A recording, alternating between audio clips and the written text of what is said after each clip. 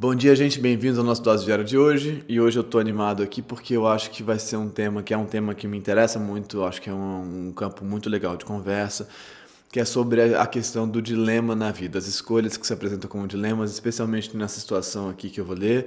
Em relação à situação amorosa, é um lugar ali que você tem que fazer uma escolha que vai determinar uma série de coisas para você, e é nessa hora você fala, caramba, qual é a escolha certa? Como é que eu sigo? Como é que eu faço agora com tudo isso que eu tenho que fazer? Eu vou ler para vocês a pergunta e vou explicar por que me interessa especificamente essa pergunta aqui, mais do que situações que são similares a essa, mas não são exatamente como essa aqui.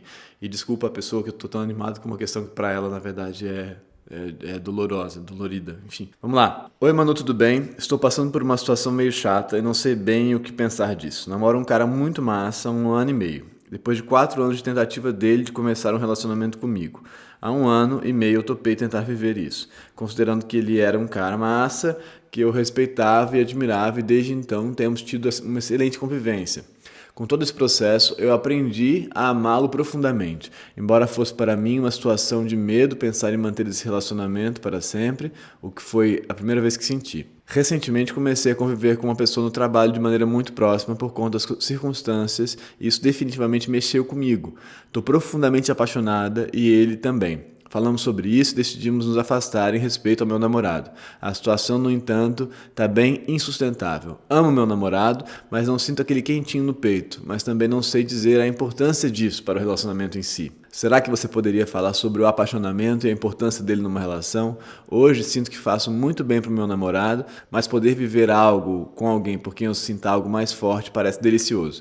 Grata pelo canal e pela disponibilidade. PS, eu tive outros relacionamentos, inclusive mais duradouros, e essa experiência de separar amor da paixão é a primeira vez que vivencio. Pois é, então, amor e paixão e tudo isso mais, e vou explicar por que essa questão me interessa tanto.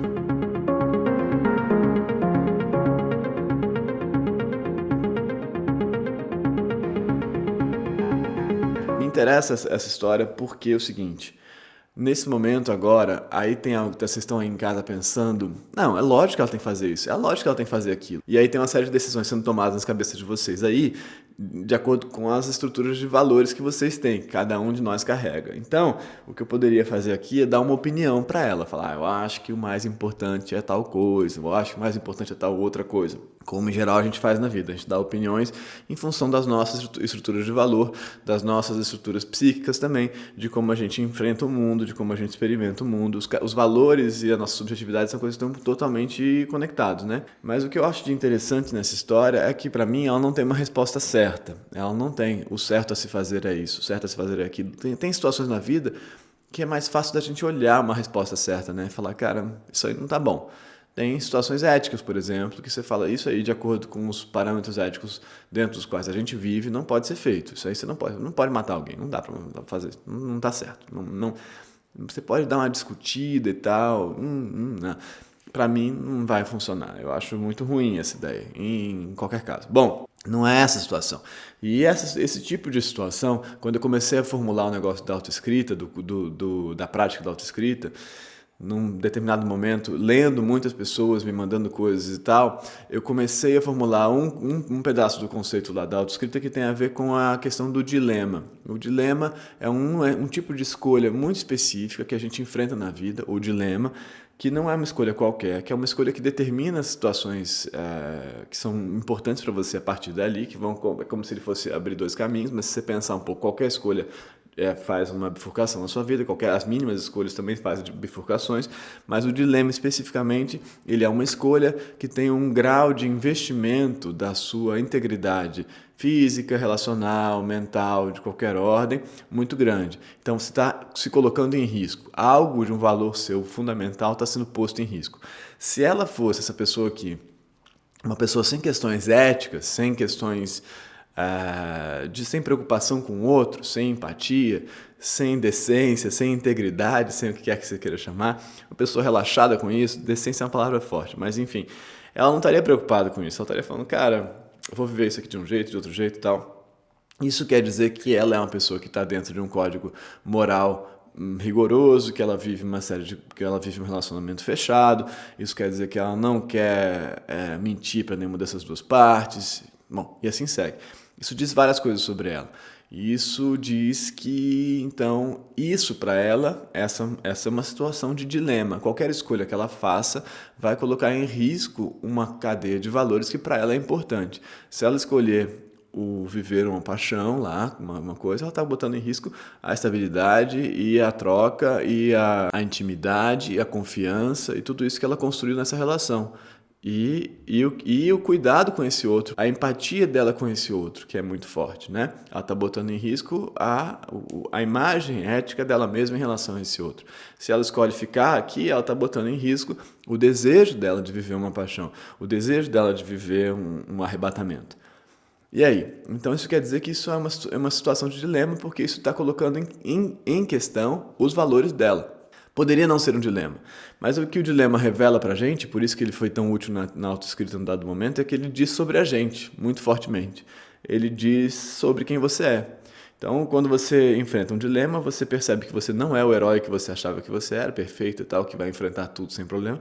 E você percebe também que você não é um canalha, como a gente tantas vezes acha que a gente é. Você tem uma pessoa com questões lá e tal. E o dilema diz pra gente quais são esses nossos valores, quais são as coisas que são importantes pra gente, no momento do dilema. Então, quando eu saquei isso lá, que é uma coisa muito fundamental da escrita de roteiro, da escrita de histórias, é o momento do dilema, qualquer herói vai enfrentar um dilema, ele tem que enfrentar um dilema. Então, a gente constrói o dilema para o herói. É assim que se constrói uma narrativa, né? Você cria um dilema para um herói. O dilema é ideal para aquele herói. Então, ele tem que ameaçar os valores daquele herói. Se ele ameaçar os valores de outro herói, ele não é um dilema, entendeu? Então, o dilema do super-homem é diferente do dilema do Batman, assim, sendo bem tosco, né? Então, o dilema de cada personagem vai apontar para um caminho em função de quem ele é. Então, quando a gente percebe um dilema, a gente percebe quem é o personagem. A posteriori, assim. Então, isso foi muito importante para mim lá nesse processo.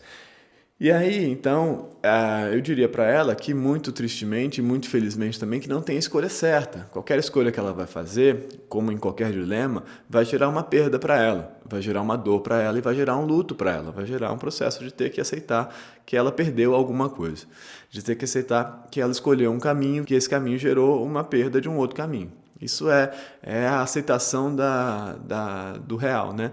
Então você vai ter que seguir aqui, e é uma dor essa de abrir mão de uma coisa que você gostaria de viver, é uma dor neurótica bem clássica, assim, você fala, eu queria viver tudo, eu queria poder ter tudo, que não é o caso dela, eu acho, que já se relacionou, então entende essa questão de esse campo que é quando você se relaciona, você abre mão de outras coisas, mas então ela vai deixar de viver essa projeção que ela estava construindo para ela mesma aí, dessa relação estável e boa, e saudável, e amorosa, e carinhosa, ela vai deixar de viver, se ela for viver lá, a paixão.